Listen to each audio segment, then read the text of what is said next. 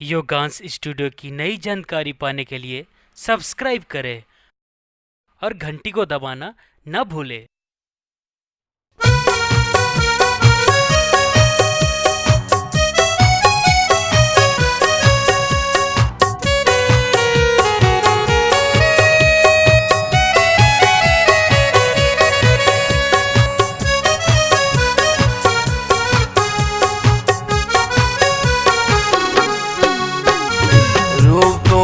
के बम्बा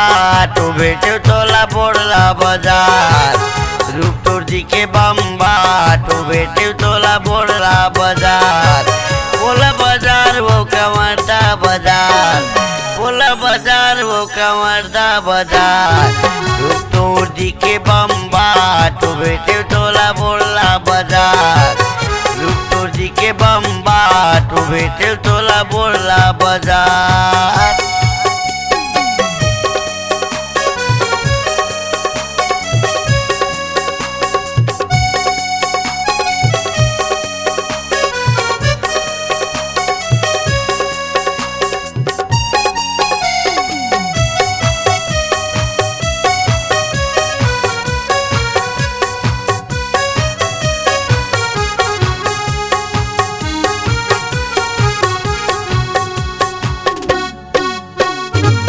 तोला देखे हो गए दीवाना एको दिन मोर गाँव में कर न जाना तोला देखे हो गए दीवाना एको दिन मोर गाँव में कर न जाना हो जाई तोर संग प्यारो बेटे तोला बोला बाजार हो जाई तोर संग प्यारो बेटे तोला बोला बाजार रूपटोर जी के बम्बा तू बेटे तोला बोला बाजार रूपटोर जी के बम्बा तू बेटे तोला बोला बाजार।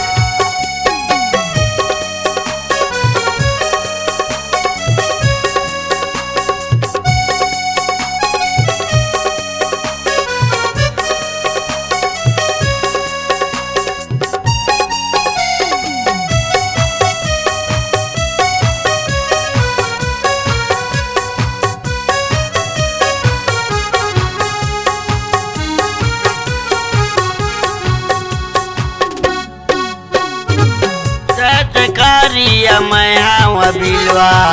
तत कुआरिया मैं हवा डिंडवा तत कारिया मैं हवा बिलवा तत कुआरिया मैं हवा डिंडवा दुनो हो जाते परारो बेटे तोला बोला बाजार दुनो हो जाते परारो बेटे तोला बोला बाजार रूपटोर जी के बम्बा तू बेटे तोला बोला बाजार रूपटोर जी के बम्बा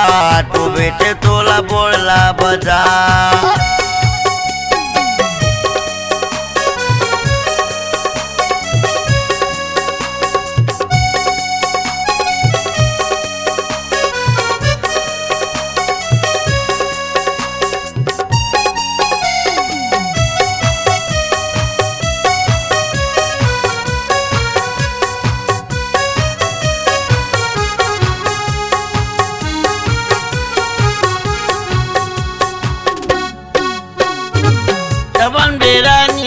मैं तोरे राजा डोली सजा के लहूं बैंड बाजा तबन बेरानिया मैं तोरे राजा डोली सजा के लहूं बैंड बाजा हो जाई मोर ससुरारो बेटे तोला बोला बाजार बन जाई मोर ससुरारो बेटे तोला बोला बाजार रूपटोर जी के बम्बा तू बेटे तोला बोला बाजार रूपटोर जी के बम्बा तू बेटे तोला बोला बाजार बोला बाजार वो कमरदा बाजार बोला बाजार वो कमरदा बाजार रूपटोर जी के बम्बा तू बेटे तोला बोला बाजार रूपटोर जी के बम्बा बेटे तोला बोला बाजार रूपटोर जी के बम्बा बेटे तोला बोला बाजार रूपटोर जी के बम्बा बेटे तोला बोला बाजार। नया कलाकारों के लिए सुनहरा अवसर अपने मखमली आवाज को नई आयाम देना चाहते हैं तो चले आइए योगांश रिकॉर्डिंग स्टूडियो।